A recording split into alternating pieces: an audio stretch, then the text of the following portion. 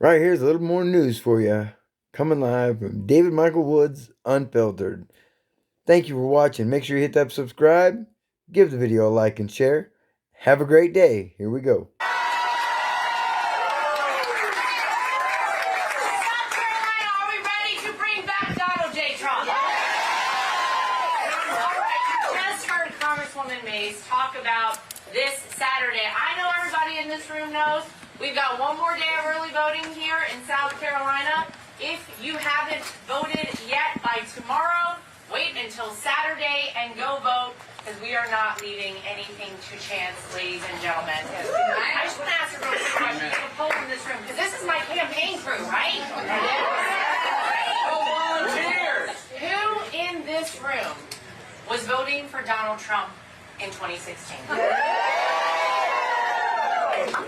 voted in 2020 for Donald Trump? Who is ready for the 47th president? I like this energy. This is the energy, folks, it's going to take to win.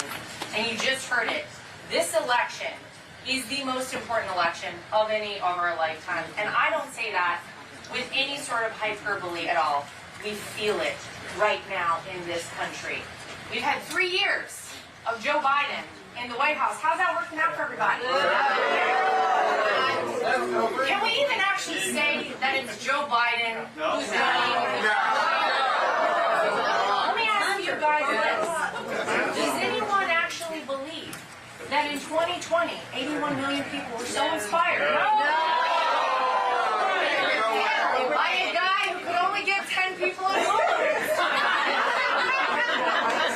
That he had the most massive turnout in the history. No, we don't believe that. But that is why everyone in this room is so important, because guys, we're leaving nothing to chance on this one. It starts on Saturday right here in the great state of South Carolina. And then we're taking it on 257 days from now to November 5th, where we get a huge victory, not for just Donald Trump, for the entire country. Right?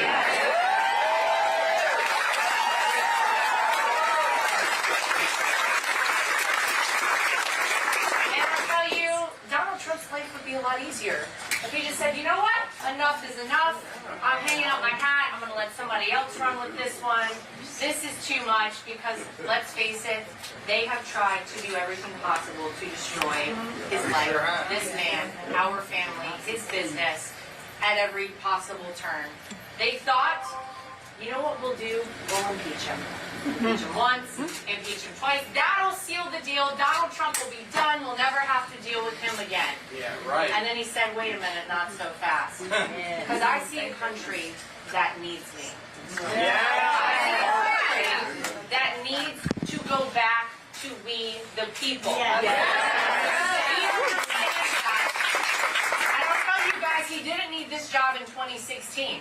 They actually thought it was a joke. Remember when he came down the escalator? Yeah. It was a publicity stunt, another season of The Celebrity Apprentice he was going to talk about. And then he came down, and man, did he have a lot of common sense he was talking about, right? He actually spoke like we all spoke. He was saying the things that resonated with people, and despite the fact that he was a billionaire businessman from New York City, he connected with the American people. He started a movement in this country, the likes of which we've never seen.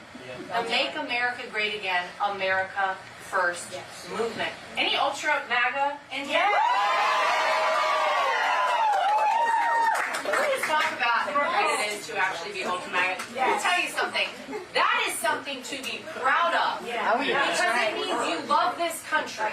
It means you get up every day, you go to work, you work for your family, you believe that the Almighty is the most important thing in this world, that you pay your taxes, that you are a good citizen of this country. That's what Ultra MAGA means. We'll leave it to some folks out there to try and spew it. But Donald Trump never needed to do this job. He had a great life. He had all the money in the world. He had all the friends in the world. But he knew that this was his time. Before he ever came down that escalator and announced he was running for president, he actually sat down with our entire family and he said, you know guys, if I do this, it's not just about me. It's going to involve our entire family. And if I do what needs to be done for this country, believe me, they will come after us. And they're not just going to come after me. It's all of us who are involved. So I need to know that you guys understand what that means. And that you're ready for that. And we were all like, yeah, absolutely. What would go wrong here? Little did we know, of course.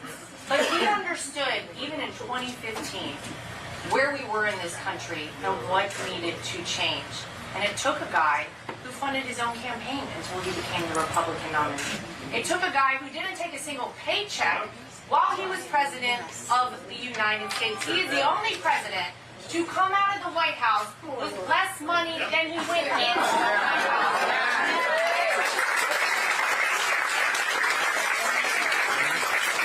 Either way, they go after him at every turn. They tried the impeachment. It just didn't work. So they said, we got it. We know when we'll take this guy down.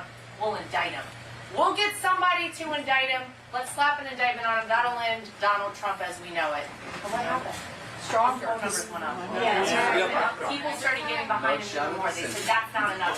We need another indictment. They did a second one. 11 more. Phone numbers went up. So they said, this isn't working. What do we do? Call Fani Willis.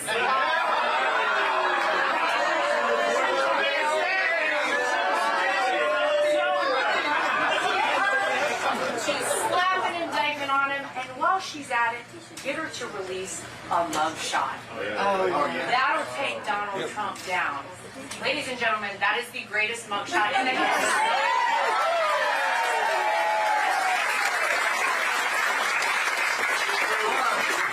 But something happened and something changed when that mug shot came out. Obviously, that's the best blue steel I've ever seen. But people really responded to that in a very different way than what they intended, right? People looked at that mugshot and they saw themselves in it. They saw the same system that hadn't been working for them was working against this guy. They said, something's going on because all of this is being pulled into this one man. They really must want to keep him from going back in that White House. And that's true. We all know it in this room. The truth is that Donald Trump exposed so much during his first term in office. Not only did he do a lot of great things, I mean, talk about, historically low unemployment, trade deals with China, Mexico, Canada, peace agreements in the Middle East instead of wars starting in the Middle East, talks with Kim Jong-un to denuclearize the Korean Peninsula. We had things working in America. We had a closed border in America.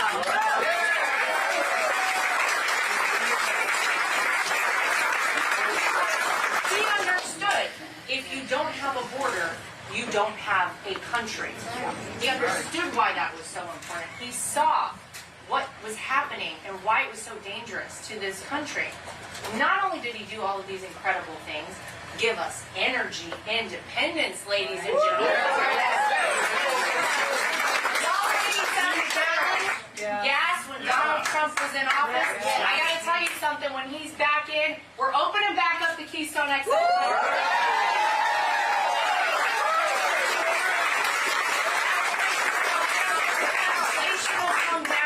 Give us a better standing on the world stage. It'll take money away from Russia to fund their war with Ukraine. It'll take money away from Iran to fund Hamas invading Israel. There are so many things that were great under a Donald Trump presidency, but possibly the greatest thing he did was expose what was going on. The rot at the core of Washington, D.C. And those very people are desperate to keep him out. They only have one problem. Nothing they put against him will succeed.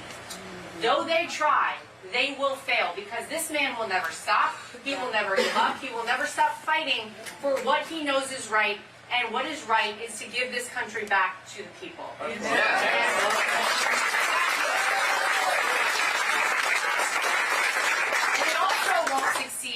because of every one of you in this room, because since the day he got 75 million votes on Election Day in 2020, I will guarantee you, ladies and gentlemen, 10 million more people have gotten on that Trump train.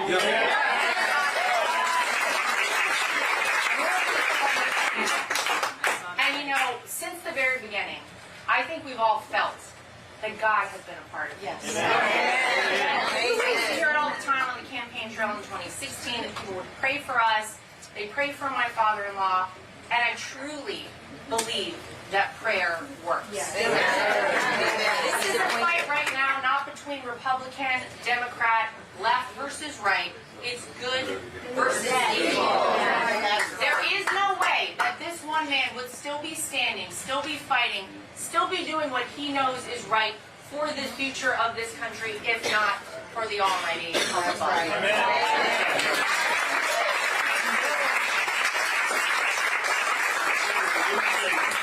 And there are people who maybe were upset with the outcome of the 2020 election. You're looking at one. Believe me, no one put more into that, more of their blood, sweat, and tears than those of us in our family.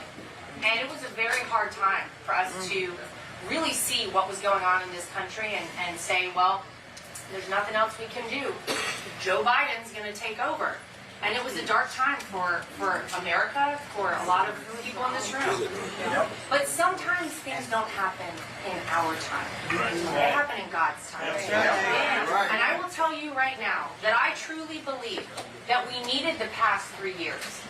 We needed people to wake up. We needed people to see and understand what you get if you vote for people like Joe Biden. People are awake right now, ladies and gentlemen, and once you're awake, you're not going back to sleep.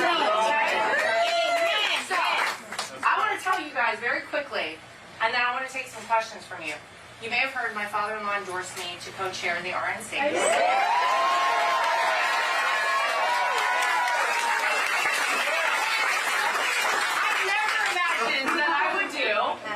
But I also never imagined that America would be at this point, that we would really be so bad off and really need someone to ultimately come and save us. So I'm here to do whatever I can to ensure that we get this country back on track.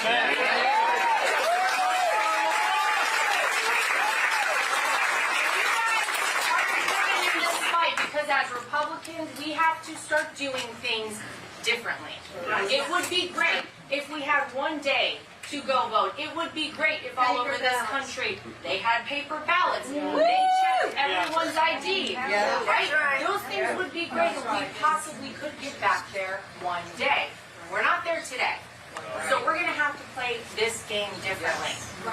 We're not just going to have to fight fire with fire. We're going to have to fight fire with dynamite. We better start getting people out to early vote the day you can in South Carolina, and then take people with you every day thereafter up until Election Day, so that we have so many votes banked for Donald Trump. Doesn't matter how many 3 a.m. dumps they have. Doesn't matter how many suitcases and ballots they have. Donald Trump will win. Yes.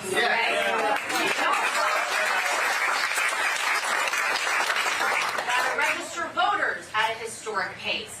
We have to legally ballot harvest everywhere we possibly can in this country. Because let me tell you, that's what they've been doing on the other side, whether it's legal or not, up for discussion. We will do it the legal way. We also need to register poll watchers. I want a poll watcher every hour changed out in every precinct in this country, and people who are not just standing, people who are trained poll watchers, so they physically can touch the ballots, they can count how many go in and how many come out. That is something they have just recently started at the RNC. If I am elected co-chair, I can guarantee you we're spreading it all across this country.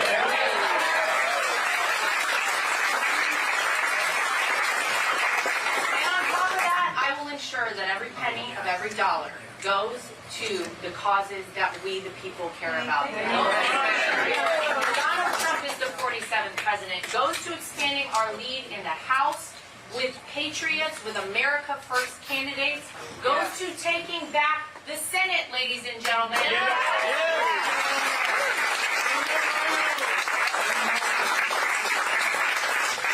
So I know this is the team on the ground here. Is there anything I can answer you guys want to know?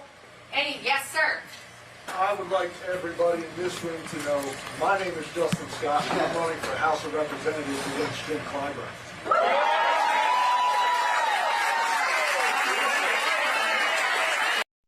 Thank you for watching another episode, a news update right here with David Michael Woods Unfiltered. Make sure you hit that subscribe button to stay up to date with all these updates coming in every day right here on David Michael Woods Unfiltered.